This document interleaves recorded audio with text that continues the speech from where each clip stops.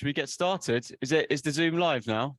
Thanks everyone for coming to this session, side event. I've taken the privilege of, as an organizer, to insert a side event of my choosing here, which I've never done before. Oh, sorry, yeah, the music's on. Thanks. Yeah, so thanks for coming early in the morning before another long day of conference. Thanks to everyone for coming online. So before we get started before I give you the rationale for the session, I don't want to tell you where this came from before I get us to do a short exercise, if that's okay. So we're just going to put a Slido QR code on the screen, which is about a simple question, which is about what's the single most important change you would like to see in the world related to agri-food systems. It can be a word or it can be a few words. I know we all want a lot of things, but try and think of one. I'm trying to keep it manageable on the screen, yeah. Otherwise I might get like a dissertation. Get rid of junk food, equity, affordable food for all, sustainability, climate resilience, sustainable utilization. I think this is just beginning to show how broad agri-food systems are with their many tentacles. Climate resilience, more pay for farmers, yeah. Quite a lot on sustainability, post-harvest loss lowered, sovereignty, less severe malnutrition, dismantle power. Here we are, 8:30 in the morning, we're straight into the food waste management. Okay, great. Soil fertility, look, it's great. There's loads of stuff on here. So we've all got this get corporates out. So we've got quite a diverse group of people here, I think, with different ideas about what they want from this type of change and action they want to see it happens. Now, I'm going to see how positive or optimistic or pessimistic you're feeling this morning. If we're going to go on to the next one. So about the change that you put on the screen, your change only. Do you think this is going to come about anytime soon? Ooh. No. I'm comforted by that because most mornings that's how I feel as well. So yeah, we're kind of like we want a lot of things but a lot of us don't feel that they're kind of on the horizon anytime soon. Which is a bit disconcerting, isn't it? It's a bit living with this desire for change, but not feeling that it's anywhere near happening can be difficult. And I think so. Just to sort of say a few words before we get started, because I want to save as much time as possible so we can chat here. So everyone online and in person, we can take that down now. Thanks, guys. This is a research. This started as a research conference that had different people involved, practitioners, policymakers, and it's evolved into a much bigger, broader church now of civil society, farmers that we had here yesterday. Probably for the first time we've had farmers, which is great. Young people, but as researchers, and I can speak as mainly as a sort of perspective of a researcher. What gets us out of bed in the morning, I think, is a natural curiosity about the world and wanting to find answers or wanting to probe into society to understand what are the forces that are shaping people's lives and the environment and the world around us. And I think as much as we try and be objective, there is a curiosity we have to accept that this curiosity comes from a place for many of us about wanting to see some change in the world, and so when we look at the screen in front of us and we see there's so many things that we want, many of them which are substantiated already by a good body of evidence, but we don't feel confident that the change is going to happen. I think there's some frustration that can exist. But then we look around and we see other changes are happening. We see the climate is changing. We see diets are changing. We see, concentration of power in some parts of our food system are happening rapidly or sometimes slowly without us even noticing. We see norms are changing. In some places, democracy is changing for better or for worse. And there's discursive changes in what is generally to be accepted and how we use language around things. And so I just wanted to sort of draw on there was a specific moment, so I'll introduce Thin in a second, but Thin, who's sitting here in the red, for those of you online, Thin Lewin is a food and climate change correspondent and independent journalist. And we were together at the Committee on World Food Security in Rome, observing in October last year, amid one of the worst global food crises in decades. And going back to what gets us out of bed in the morning, we all want to see some change in the world, and you're working away, beavering away each day, trying to, as researchers, produce the evidence, or people in civil society trying to create change. And you go to a place like that where there's real opportunity for for advancing things, and you spend a week watching them fuss over commas in a Word document, and there's a total gridlock. Nothing happened that week. And Dee, who is one of the representatives for the CSIPM at CFS, can tell us a little bit more about that in a minute. So this was really born out of a discussion we were having to say about, what's going on here? How can we, who's involved in change making? What are the alliances you need to make? We were particularly talking about the media. How do, as researchers, engage with the media? What are the tensions that exist? And is it just the media? And I think I'll hand over to Thin just to sort of say a little bit more about that. And then what we're going to do is just get a conversation going amongst us all. There's people in this room who've got all sorts of different perspectives and online. We've got a few people already lined up to sort of get the conversation moving in different directions. But we've got an hour, we've got a bit over about an hour just to sort of let the conversation flow, to be honest. So over to you, Thin. Okay, I think yeah. Thanks, Joe. Yeah, we want this session to be as conversational as possible, and hopefully sort of just the first in hopefully many conversations as a springboard to talk about how do we connect and join the dots and try and bring about the kind of change that we want to see from that little poll that Joe just put up just now, right? Like Joe said, I'm a journalist specializing in food systems and climate change, and the light bulb moment for me. So I've been covering just food security issues for more than a dozen years now, almost 15 years now, as part of a humanitarian coverage. I was born and raised in Burma, so I know very much, but I was, I'll be very honest with you, I come from a very privileged family in Burma. So I have seen hunger and malnutrition all around me all of my life, but I had the opportunity to leave the country because of the political situation and be educated and start my career outside of the country. And I was back home in 2015 when the country had opened up and there was going to be these historic elections. And I was setting up a news agency with the support of the Thomson Reuters Foundation, which is part of the Reuters news agency who I was working for at that time. And I was interviewing an aid worker about food insecurity in Burma, because there is a high level of food insecurity, always has been, like at any point you probably have about, 20% or 30% of people who need food assistance.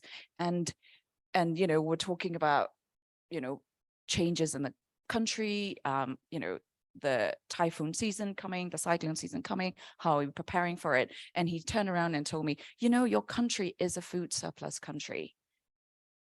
And I was like, you're right. I do know this. I know that we export rice, we export pulses and beans, we produce fresh fruits and vegetables. We actually have so much that we can sell abroad. Why are people going hungry?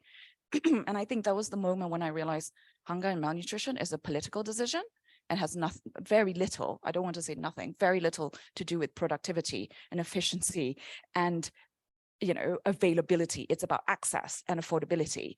And I think that's when I started to think, okay, we need to start talking about food and hunger issues in a systems way, not necessarily just looking at who's hungry and therefore who needs food assistance. And that has guided, I guess, my coverage. But also, I think the second point I want to make is that, like Joe said, as researchers, you wake up in the morning with a sense of curiosity. That's what journalists do as well. In many ways, there are lots of parallels. We live in our own little bubble, right? We're super curious. We want to be fiercely independent. We want to shy away from being seen as activists. No, we follow the science. We follow the facts. We're going to be neutral. But we live in a world that is gray, right? Nobody is utterly neutral. It's impossible. We're shaped by forces around us, around our environment. And when I was working as a correspondent for the Thomson Reuters Foundation, it was very, very clear, like this whole idea of being seen as advocating for a particular angle, or, it's like the worst thing that could happen. Being accused of being an activist for a journalist is almost like the death knell for your career.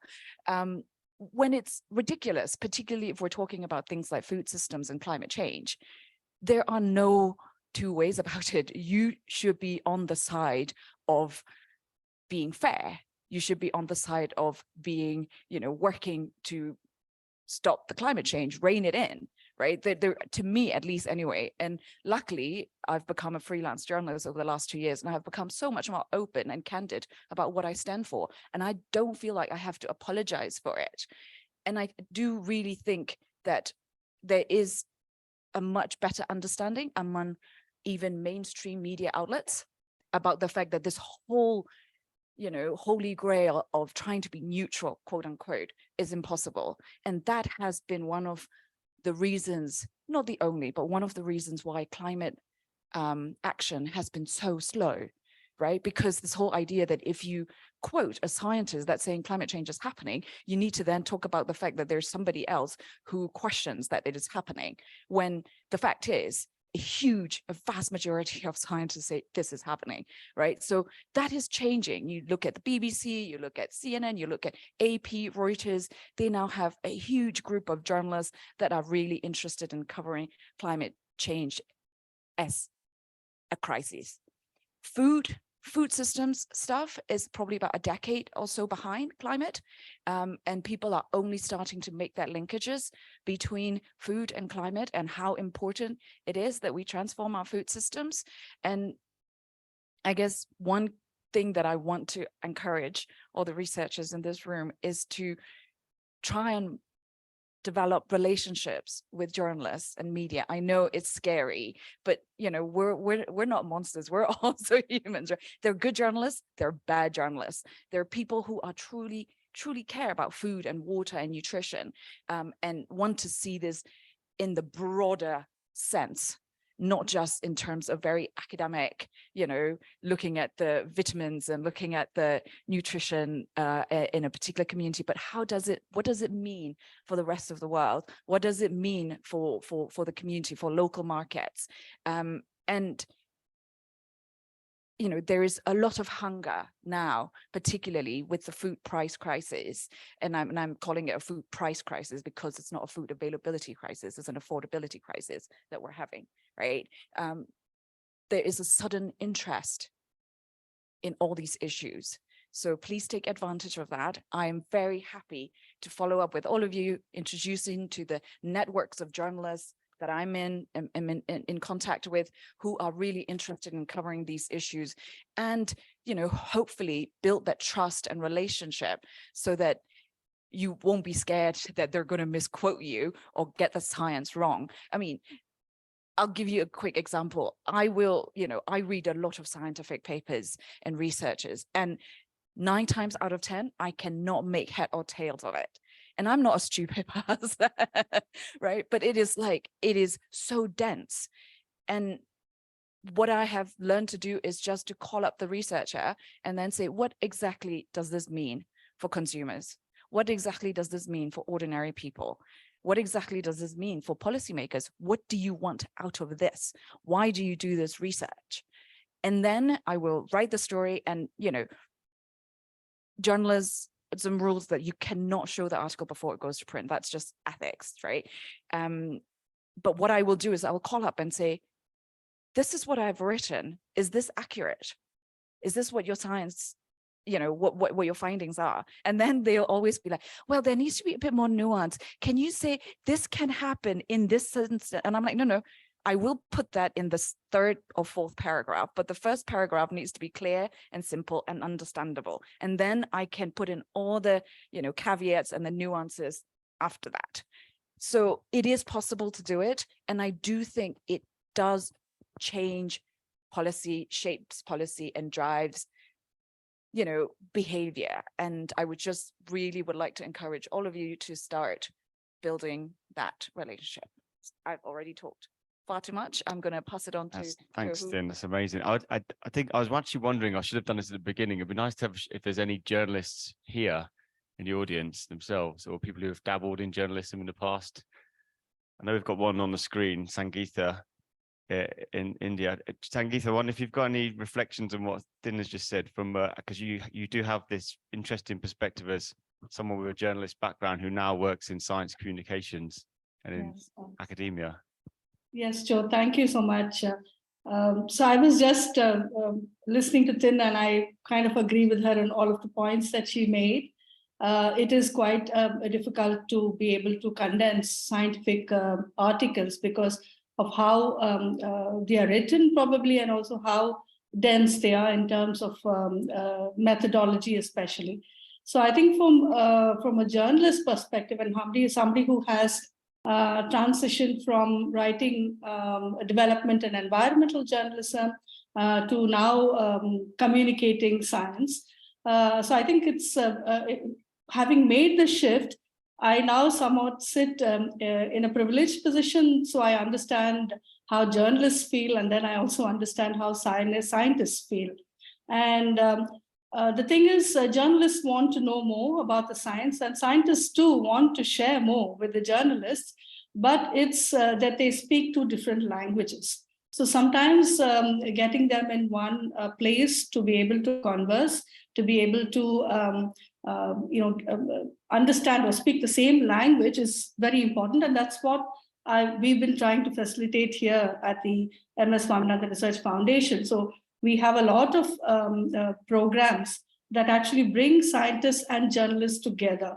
And so it's either like a workshop setting, so they don't feel like it's kind of a capacity strengthening, but invariably it works out that the journalists become a more, in terms of building relationship, as Tin was already saying. This is one effort that has also lent to building up relationships with them. So the journalists get to understand the science better, the scientists understand what the journalists want and how to translate that knowledge they have, how to communicate in simpler terms. And therefore, then there's co-production of articles in a way. Not that you would show your article in advance before it's published, but there was a sort of a co-production, because then people sort of land up on the same, thinking plate. So that's something that we've been doing for several years, and I've seen that we have a formula that works. So that's some of the experiences, and it's also across India. It's possible to do the same across any country. Sangeeta, that's really valuable insights. I think someone that's come up in this conversation, I'm going to come over to you now, Tim, is if like there's some tensions that might exist sometimes between these different communities. We have different goals, different aims, but then there's convergences. And I think that one of the things we've been talking about, some of us who've been sort of thinking through this session, is what the alliances look, what types of alliances exist, and how can we sort of find those overlaps in the Venn diagrams, if you like, to sort of try and speak the same language, or find the sort of advocacy coalitions that are needed to take things forward. And Tim, I'm just going to come over to you now, and then after that we'll go to Scott, who's just going to maybe tell us a little bit about his experiences in trying to create that kind of dialogue. Thanks. Yeah, thanks, Joe. No, it was just a quick question today, actually. You mentioned several what we might call established news agencies. And I was just thinking that I'm wondering to what extent these days people are really influenced by what they're hearing in those types of fora, as compared with some other less formal social media type of thing. And I suppose thinking about, from a researcher's point of view, who you're seeking to sort of inform and influence, I suppose depends on what you're trying to achieve. But I just wondered if you had any thoughts on that. That's a great question. And I think, I think it will very much depend on the research topic. I mean, one of the things that we did discover, and I mean, the demise of mainstream media has been predicted for how many decades now, and they're still there, right? Not to say that their power hasn't gone down, but when push comes to shove, when it comes to major disasters, pandemic, special events, time and again, we see that people do then go to established outlets that are, seen to be sort of taking the position in the center, not very left or very right, and more established. And a lot of the times, a lot of the influencers or social media or characters, we're also seeing that, personalities, they also get their news topics from the mainstream media, and then they respond to it. So I still think there is a lot of value in working with traditional media outlets, and then of course trying to find ways of reaching out to other types, because these days a lot of Twitter has sort of become complete black hole, which is really unfortunate. But a lot of, researchers and academics and institutions have their own social media accounts. And that is one way of also putting your ideas across, right? Without having to go through us, the middleman, and pushing it to people and influencers. I would still say, yeah, talk to journalists, but, use whatever means necessary. Thanks, Jo. So, I mean, so to focus on the question of media and shifting narratives, very clearly there are multiple strategies we can use in terms of trying to shift something in a particular place or at a particular scale. But use of media is clearly very powerful and very important. Yesterday, we heard something about a social accountability in Malawi and about these opportunities to try and create social accountability mechanisms to create a relationship between community and local officials, and then in that build a relationship where those officials actually have to then come back day after day and explain how a budget was spent, how it wasn't spent, perhaps how it was deferred, and something very powerful about that. So in the work that we do in South Africa, one of the big issues is political commitment to questions around food and nutrition. So there's a space, a landscape of different policies, particularly around nutrition.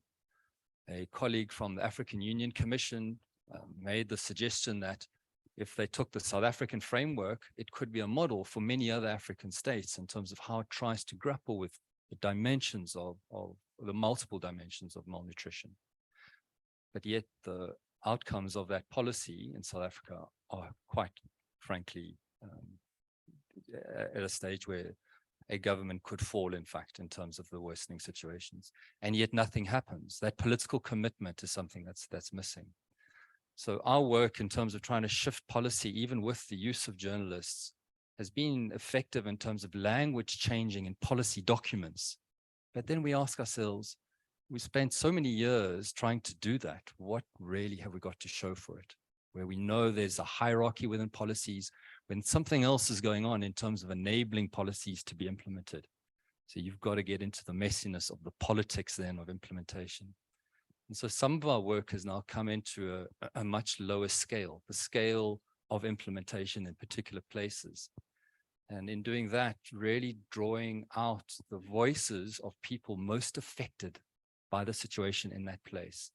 And one of the strategies, one of the tactics is to bring journalists into those journeys so that they are able to build relationships with people there, but also then write about it for local press, very local press in local language.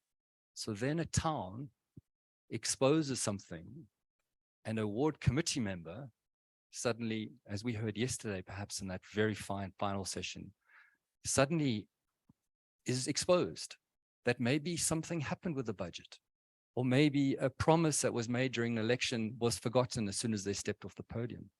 And we've seen that those tactics are tending to have some traction. So just in some multiple strategies, clearly we're trying to shift things at different levels, different scales, building political commitment, trying to develop this accountability and the use then of media, but not just at the national, international level, bringing it down to the very local level and setting those up to try and maybe work it from there. And that's just a reflection as a start. Cheers, I'm Anna, comms officer for ANH Academy. So here's, I guess, some notes I was just taking. I would also like to encourage the researchers here at home and everywhere to be proactive in doing communications yourself. So not only engaging with journalists and comms officer, but really take, your pens, your voices and go out there for several reasons. One, I think most research is funded by public funds. And so I think we have a duty to spread what we are doing, spread the knowledge, democratize science and take it to everyone. Second, because you are the experts. And Tim, for instance, you gave that example of the pandemic. I mean, I saw so many people going on TV doing expert comments on epidemiology, not being epidemiologists, right? So you guys have more answers than you can imagine, but I think often researchers tend to be humble. Yes, they tend to be humble and they say, I'm kind of not sure. There's still not answers. We need to do more studying. But actually, you know more than most people, you know, in agriculture, nutrition, and health areas. And you totally should go to TV and newspapers and podcasts and radio and make your voices heard and take part of this conversation, you know. You have a very important role, I think, of informing people. And yeah, I just wanted to encourage you to take steps on that. And yeah. Thanks, Anna, for that intervention. Over to, is it Johan? Jan, Yeah. yes, Jan, Jan sorry. from IFPRI here in Malawi. I'd actually like to push back on that a little bit, thinking, and this actually brings me to one of the side sessions yesterday evening when we were talking about something quite similar, and it seems to me that already quite a lot is demanded of academics in the sense that at least in universities you have to combine good quality research with good quality teaching. A good researcher is not necessarily a good teacher and vice versa.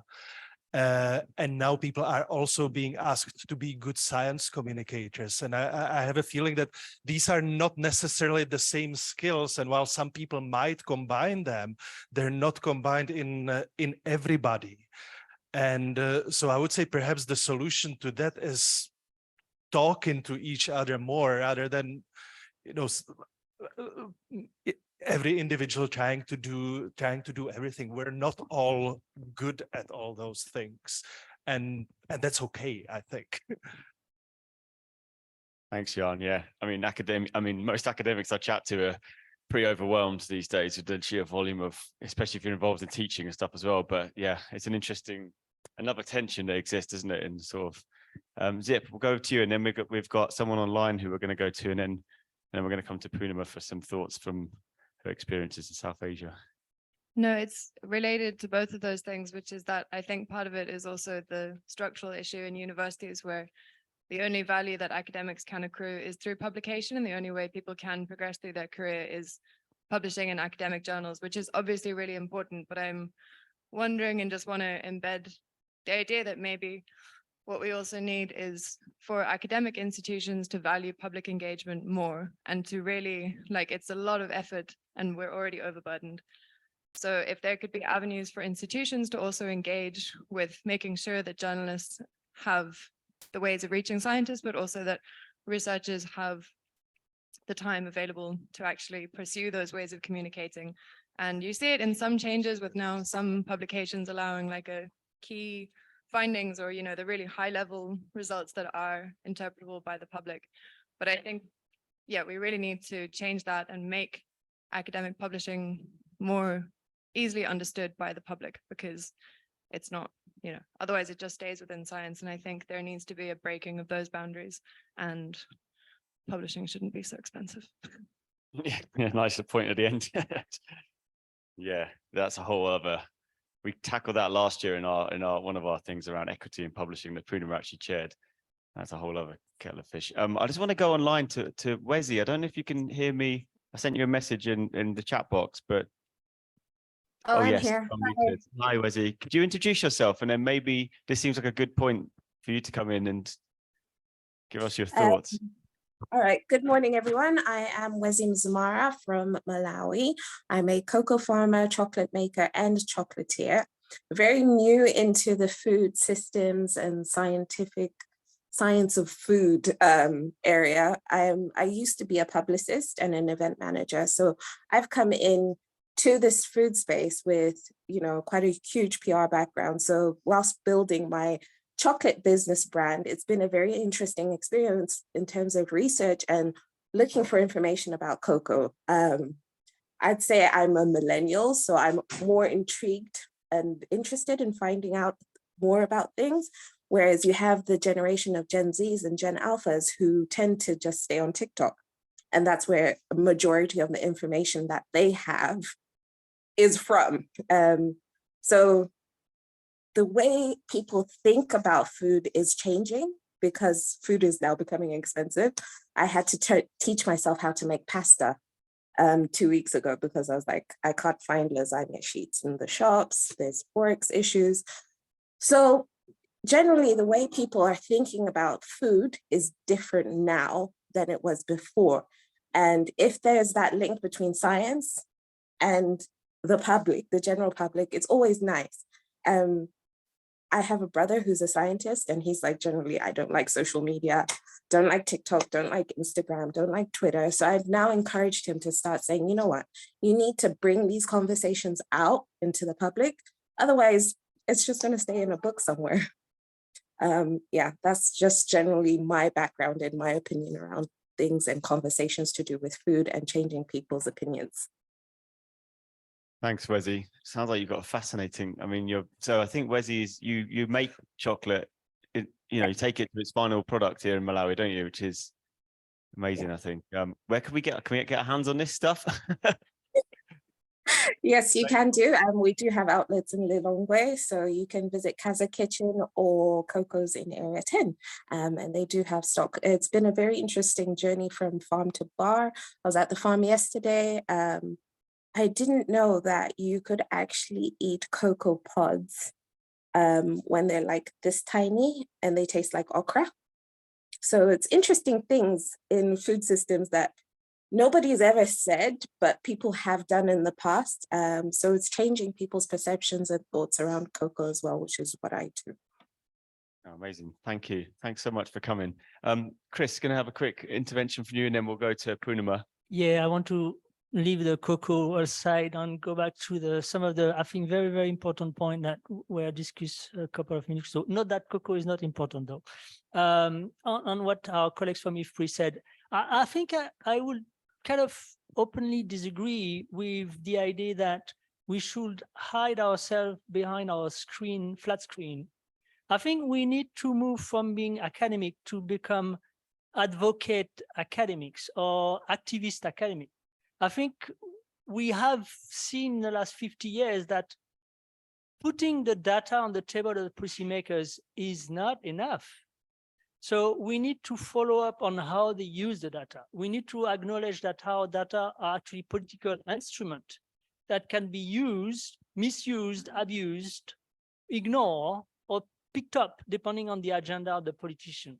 And we need to acknowledge that process and not stop just because we have sent a tweet or because we have produced a nice glossy police brief. That's not enough. We need to engage in the process of the decision-making process itself. So while I agree that it's very comfortable to show the number of papers we have, I think that's not what changed actually the debate. Over. If I could just briefly react to that, I don't think we disagree. All I'm saying is that it should not always be the same person doing everything. Right? I mean, I'm lucky enough to have a job that allows me to do science communication and that actually pays me for it. But many colleagues in academia don't have that. So that essentially different job descriptions, right? Opportunities, actually. This is a perfect segue into, we'll go to Poonima and then Francis, and then we've got Dee. Can I just, go for it. Just a very quickly, sorry, Kate Miller, just to very quickly comment on that. I agree with both of you and disagree with both of you. But I think one of the things that we're really missing is sort of like knowledge mobilization hubs and spaces and partnership linkages. You know, I would be an honor to work with Dee, and she would be able to mobilize my small contribution as an academic into a space I could never get to, and she would see it in a way I couldn't. That process of, we talk about co-design in our research, but co-design in our knowledge mobilization and our knowledge empowerment. And I think we can't do everything, but I think we can step forward and partner with those that can make us stronger and make us able to put our voices for, you know, hopefully partnerships for change. And Joe, thank you for letting me step in. Thanks, Joe. So hi, everyone. I'm Poonima Menon. I'm with IFPRI and the CGIR. And, you know, in the context of this conversation, for the last 10 years or so, I've had the really great privilege of being able to support a team of researchers in partnership with others in shaping and supporting nutrition discourse around evidence in India and supporting policy efforts. And so, I wanted to step back for a minute and say, what is it we're actually trying to get people to do here? And I think about it in 4 stages, which are really linked more to the policy cycle than they are to what we do as researchers. Firstly, we're trying to get people, and I use the word people, not policymakers, to recognize a problem that we've decided we care about, or that we've decided is important for the world somehow. And not just to recognize the extent of the problem, but to actually understand why that problem is happening. So to sort of recognize and understand that problem, which means people need to agree something is a problem. They need to align around the reasons. So align around the reasons for the existence of that problem. We then want them to act on solutions, which means that, we design solutions, identify solutions as researchers, but you need a large community of people to act on a set of solutions that, we've agreed are important. And then we need to be learning around all of this. And so I would argue that those of us who are in the knowledge space, whether it's researchers, journalists, policymakers who've decided they care enough about a topic that it doesn't matter where they are in a policy setup, they will bring their voice to challenges. People in civil society need to sort of, really support this cycle of recognizing, understanding, acting, and learning in a continuous time frame. And like Jan, I think it's a great privilege to be where we are at IFPRI and the CGIAR, because we're not penalized for engaging with wider knowledge communities. We are rewarded for it. We are supported, in our jobs to do that.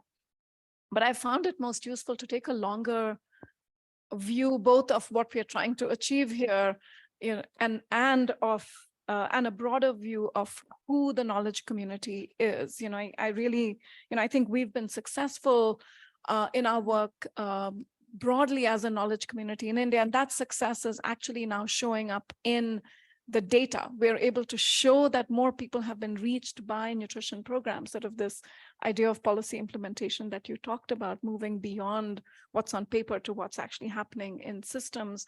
But we've been able to do that because people have been working together for years on getting people to recognize problems, on really aligning every last person in that policy and evidence and knowledge community around a set of solutions that we've all agreed need to be deployed on scale. Some have put money behind it, some have put system strengthening efforts behind it, some have put activism behind it. But the fact is, people have more or less, been able to work in concert. It's not always the same language, but it's almost always the same message. And I think, for me, that's important, because the language that I use with academics is different from the language that a journalist may use, is different from the language that an activist may use. But if our message is clear, that so many people are undernourished, that so many people cannot afford a healthy diet, that these are a set of solutions that we think everyone has a right to, then I think we get closer and closer to tipping points that make it hard for people to not act. And I think that's what, eventually we need to get to, that policymakers face great risks in acting. They face political risks, they face financial risks, and they face reputational risks somehow. And what they want to be sure of when they decide to do something is that nobody is going to say, that was a big mistake, we're not voting for you the next time, right? So I think we have a great deal of power as a knowledge community, but also a great deal of responsibility. In our work in India, we've done a lot of working sort of on the outside together, but also working on the inside together, working with the rights communities, working with the people who support programming and system strengthening work, working with journalists. We have fantastic journalistic relationships. And what I've come to realize over time is that the knowledge community, sort of a dedicated knowledge community, in which I count both research and journalism, are actually very stable communities in many settings. Journalists often dedicate their lives to certain topics. Researchers dedicate their lives to certain topics, to certain geographies. The more we can work together productively, I think the more powerful that is. And so I was given a great compliment some years ago. I was called a factivist. I was like, this is great. This is really great. It really speaks to the issue you raised, to say, we have to put ourselves out there. We have to understand the policy cycles. We have to understand the knowledge ecosystems. But then as researchers, and I think as most journalists, you also want to stay true to the facts. And so I like to think about ourselves as factivists. We're going to be in this for a while. I'll tell you, just quickly, a couple of things that I worry about in our world. I still worry about the fact that people don't have enough food to eat, don't have enough quality food to eat. I worry about the incredible burdens that women have to bear in feeding families. These are things I've been worrying about for the last 20 years. One has to constantly reframe our worries alongside whatever is fashionable in the development speak of these 5 years, right? So I don't work on climate change at a core, right? I mean, that's not where my research started, but I will have to work on framing the work that I do in the context of an issue that the world has decided collectively is very, very important. The climate change, the food price crisis is being framed in the context of climate change too. But in fact, not all food price issues are happening in the context of just climate change. There's also other forces, right? So there is a risk, I think, to some of the long-term view that we need to take to the problems that we're trying to solve as, say, a food systems community or a nutrition community, that requires us to be agile. And we all need to do that and work in partnership to do that. We can definitely not do that alone. So anyway, just some broad reflections, I think, from what we've learned. Thank you, Poonarsh. Factivist, yeah, love it. Dee, I wonder whether, or Francis, you want to come in? Okay, just a quick one before Dee. You could tell us about, Francis, what you're doing in Ghana and across the African continent on this. Well, thank you. As you said, my name is Francis, and I'm an academic. And I want to assure you that some of us are coming out of the glass house that we've been in. A few years ago, I looked at my publications and I said, 100 publications, so what? How relevant are those 100 publications to humanity? And so, just as I was thinking along these lines, a group of friends dotted across Africa were also thinking about that. They've done it, they've won the t-shirt, they've been directors of various organizations, and they felt that we needed to do something. So we came together from Zimbabwe, from Gambia, from Mali, Cameroon, and we decided to form what you call Africa Catalyzing Actions for Nutrition, which is African, because we felt that Africa, we need to create a healthy and a well-nourished continent. Now, let me put it this way. Africa has 60% of the world's healthiest, fertile land. Africa has that. Of all the world, we have 60% of fertile land. Yet, it is one continent that is full of hunger, malnutrition, and poverty. This cannot be right. So how do we harness the untapped resources that we have? We have also got a continent that has got a greater percentage of the youth. They are the future. How do we harness this knowledge to address the challenges that is confronting us? And that, for me, has become a commitment that I cannot do it alone. I need to work with Tin, I need to work with Dee, I need to work with Scott, I need to work with everybody so that together, and that is why we talk about what we call the nutrition sensitive value chain. You're all aware about the food value chain, but we're saying that there are economists, there are social scientists, there are nutritionists, public health epidemiologists that can team together with the journalists so that we have one common challenge, the problem. And Finn, I like what you said, that hunger and malnutrition is a political decision. I made a bold statement that it will take just $5 billion to eradicate malnutrition a year. But we have 3 or 4 times that amount of money that is being spent on advertisement. Are we really conscious about the need to solve the malnutrition challenges that is confronting our continent and our world? I don't think so. People are thinking of amassing money. so that they can go and see the Titanic. But are they thinking about how they can eradicate poverty in our communities? And that for me has become a challenge, and also within African, of which I'm one of the directors. So I like connecting the dots, and let's see how we can work collaboratively to address these challenges that confront us. Thank you. Thanks, Francis. Dee, seems like a good point. Yeah, so I think there are spaces where we do have that convergence. So the CSIPM, the civil society and indigenous peoples mechanism is built up of many sort of constituencies, and we can't do the policy advocacy work without the sort of science community, without the academic community, because our storytelling isn't enough. Storytelling is important. You know, we have like our own internal media and communications people, but we also work outside of that with journalists, with other media organizations like A Growing Culture.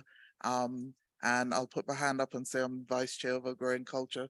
So, but you know, we need to find a common language, because the knowledge production that comes from civil society, from farmers, isn't the same language that comes from academia. So how do we find a common language that's simple and easy for everyone to understand, but is also powerful within the advocacy space? Very much.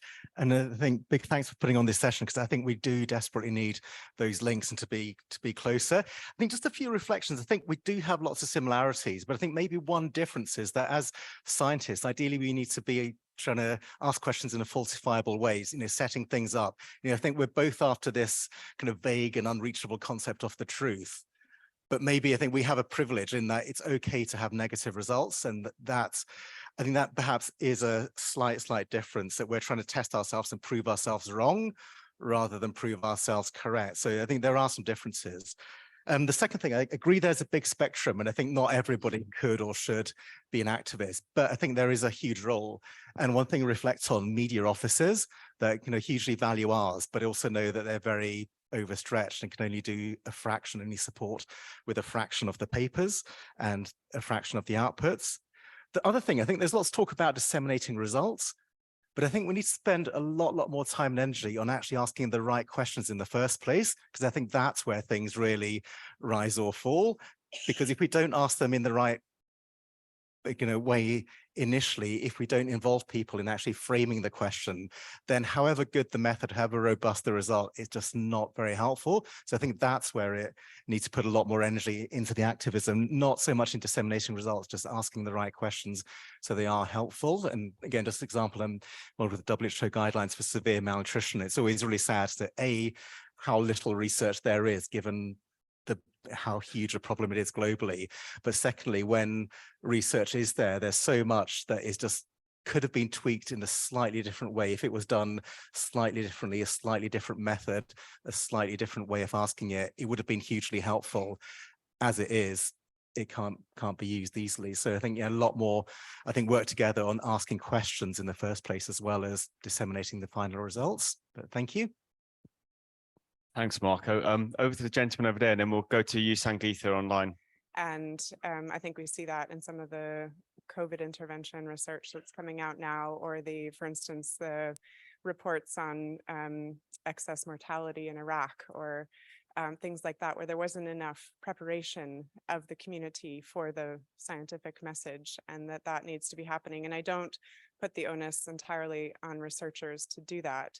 But I think for instance, in our teaching, we need to be teaching about where science has become a lever for change and where it has not become a lever for change and where it should have been, and what the enabling factors of that were. Because oftentimes I agree with Francis that we need coalitions and we need critical mass, but in my human experience as a researcher, I'm captivated by stories of change from science, and B, I actually think it starts with a few champions, and it starts with getting somebody who has power on board with a message, and that starts to build the momentum. I think if we wait for a critical mass around a message, often there isn't, it doesn't catalyze change fast enough, and that finding those champions and having those human conversations and really working to sort of set the stage. It's not that scientists need to be always doing that themselves, but we should be including it in our plans for what we invest in. So I guess those are my thoughts for now. Yes. Great thoughts. Thanks, Poonima. And anyone else, just pass the mic around, please, if you've got something to say. We've got 10 minutes. Thanks, Talia, for that. So, one of the things that I've been reflecting a lot is, how much we are part of the problem, how much the science community is part of the problem of our solutions not being adopted, or the problems we care about not being recognized. And, I honestly think a lot of that is because we are so egocentric as individuals in our professions. We're rewarded in academic institutions, not for collaboration, but actually for establishing uniqueness and lines of work that speak to who we are as individuals, what our research programs are. That's completely at odds with what it takes to create change in the policy world. And so we have to really, I feel like we have to look at ourselves and say, what are we doing to put aside our egos, to work collaboratively with other people, to say, in framing the problems, we acknowledge all of our collective work. In offering to the policy communities a set of solutions, we organize ourselves to offer a suite of solutions, and not just the one RCT that you or I have done that we think is going to change this world. And I don't think we're very good at that. And it comes from a lot of incentives for our own professional advancements. And I say our own as a collective. I think, Jan and I are lucky in a place like IFPRI to not actually, or the CG, many of those incentives don't play for us. It allows us the space to operate differently as scientists.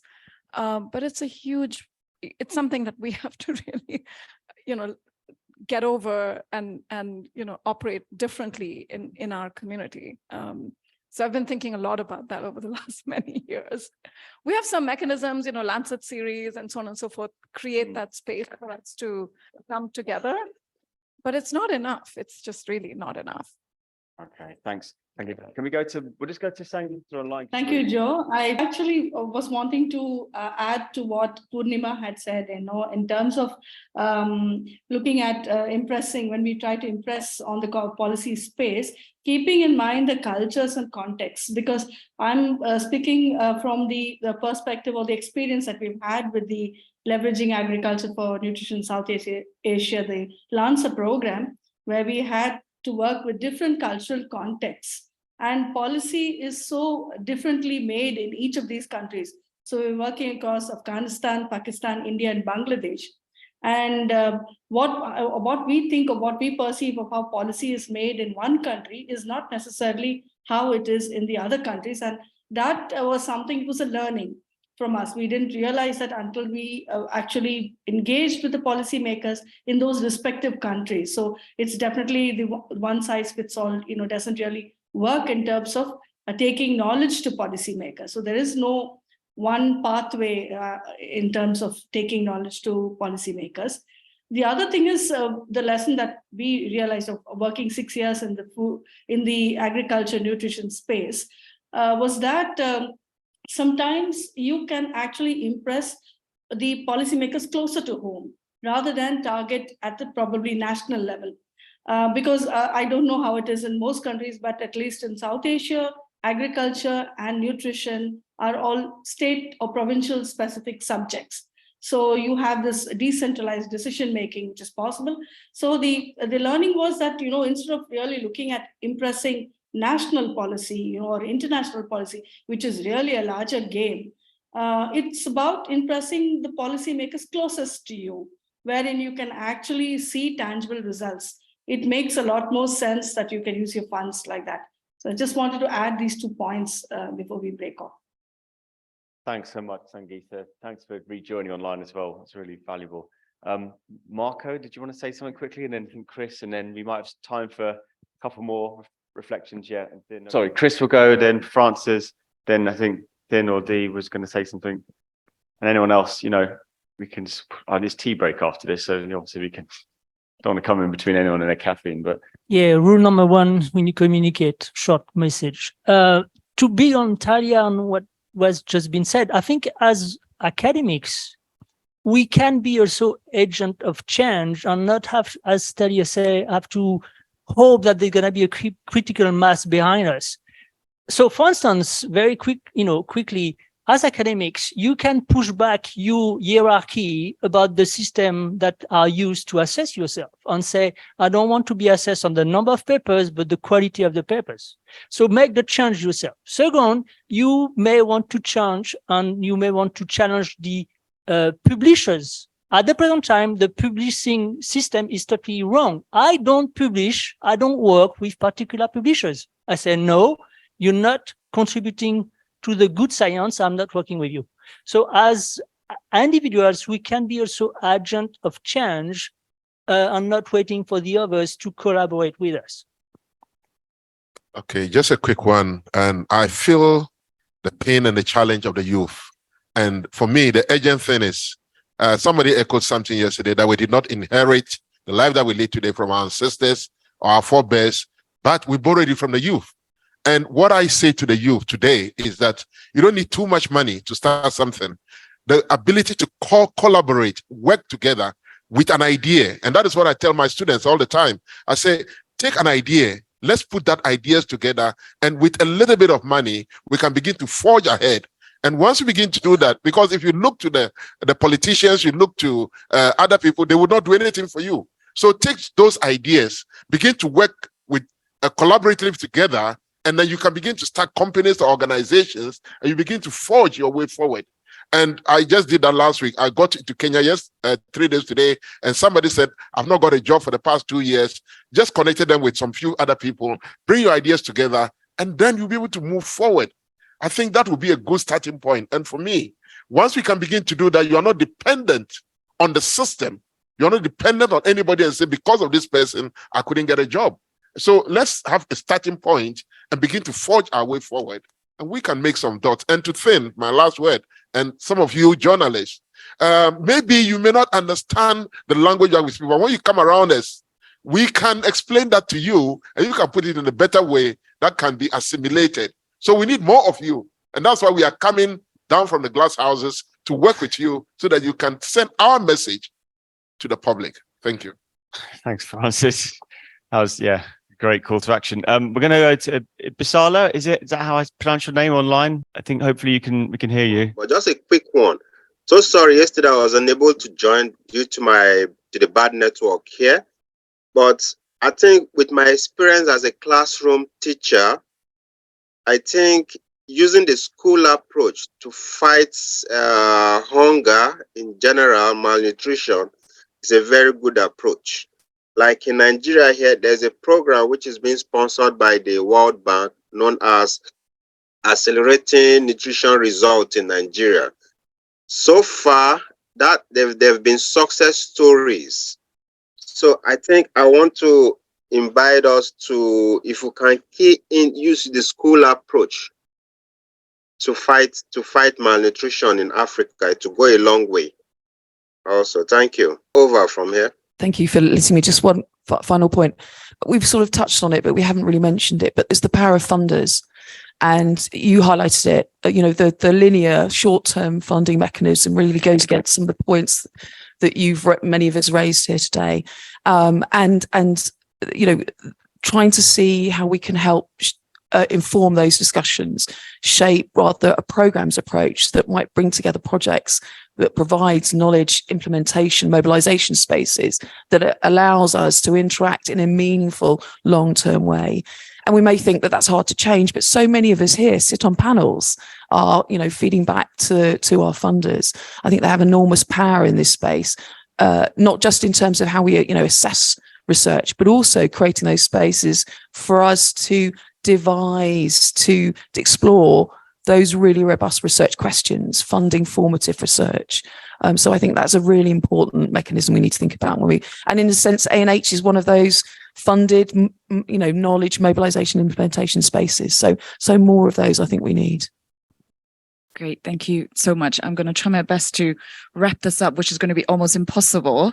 But thanks so much, Joe, for organizing this, because I think this is really interesting. And I hope a lot of the other conferences, academic conferences, can have similar sessions like this, where you just sit down and it's a shame that I seem to be the only journalist in this room. There needs to be more, to have more of the local journalists, because I think that's one big thing, Scott, so important to have that local buy-in. I think sometimes we tend to think only national and international matters, but I think with the climate, again, with the C40 cities approach, right, coming from the city level, coming from the community level, has so much impact and can have the power to make it bigger. So I think that's really important. And Pranama, what you said about, I know we were talking about, language, having the common language, but I also think it's really important when you talk about the fact that language can be context specific, but we can have the same message, right, the same goal. And I think that's really important. And Francis, so happy to hear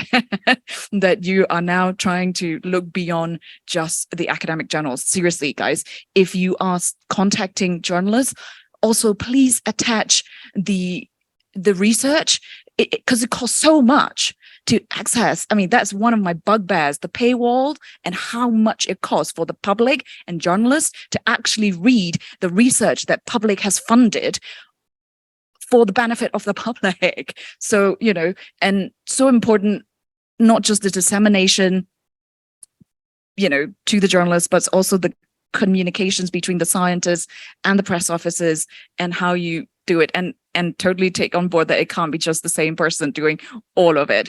What we need is collaboration. And that's my last point, and a little bit of apologies, self-promotion as well. In journalism as well, we're starting to do all these collaborative stuff. So I now work 4 days a week for what is a collaborative journalism outlet. It's nonprofit. And how we work is that we're not a publication platform. We do all the investigations. We take months to dig into these topics. And then we go to media partners in different countries and then say, this is what we've done. Do you want to work with us to publish a story based on this? Hopefully there'll be a big investigation coming out tomorrow on 6 media outlets in Europe around representation of farmers. Who gets to be at the table? Are they actually really speaking for the people on the ground who are, and this is mainly Europe, who are currently struggling with drought, wildfires. And I know, not everything is climate change with food, but one thing that when a scientist and a researcher is a really good communicator, one of whom is a CG researcher called Andy Jarvis, who is great. He is perfect. And I say this, I give this anecdote every time. I interviewed him and he compared the relationship between agriculture, food, and climate change as an unhappy marriage, because they're so intricately linked together. Right? Food, the way we produce food is so much dependent on the vagaries of weather, but the way we are currently producing it also accelerating climate change. So he's like, we are in an unhappy marriage. They're so linked together, but they're also aggravating each other. So the way we need to do it is to, find, put them in therapy and find a way for them to work together. So, that is the power of a good science communications that allows people to immediately understand the linkages and realize this is really important and this is what we need to do. And I think there are so many ways for researchers and journalists to work together. So please, if you haven't started, please start now. Joe, back to you. Thank you. Yes. So thanks so much, Thin. I want to say thanks, Thin, for coming here as a journalist to the event and seeing the value of being here and being on our collective behalf in a way and telling these stories. And what the research that's coming out is research that's coming out tomorrow. This is where the distinction, I think the line is very blurred. If any of us was to produce this kind of investigation, we'd be targeting a high impact journal with it. But it's going out there into the public domain straight away without waiting for peer review and stuff. So the 10-month peer review that we're currently on, some journals.